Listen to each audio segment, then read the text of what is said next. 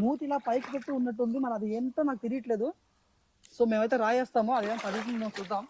ఏంటి అది నీకేం తెలుసా? ఏమో తెలియదు, ఒకసారి రాయే. చూడేస్తున్నా, కదలలేదు. రాయేసిన సరే, ఏం కదలలేదు. ఓకే, ఏంటంటే అదే నాకు తెలిసేది కొండ చాలవ అలా ఉంది.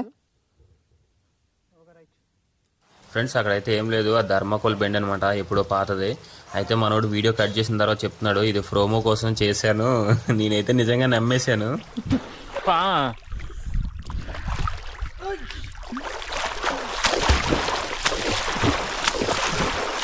ఫ్రెండ్స్ ఇక్కడ కానీ కెమెరా కానీ కింద జాలు కుదిరేసామా ఇంకా మనకు దొరకదనమాట.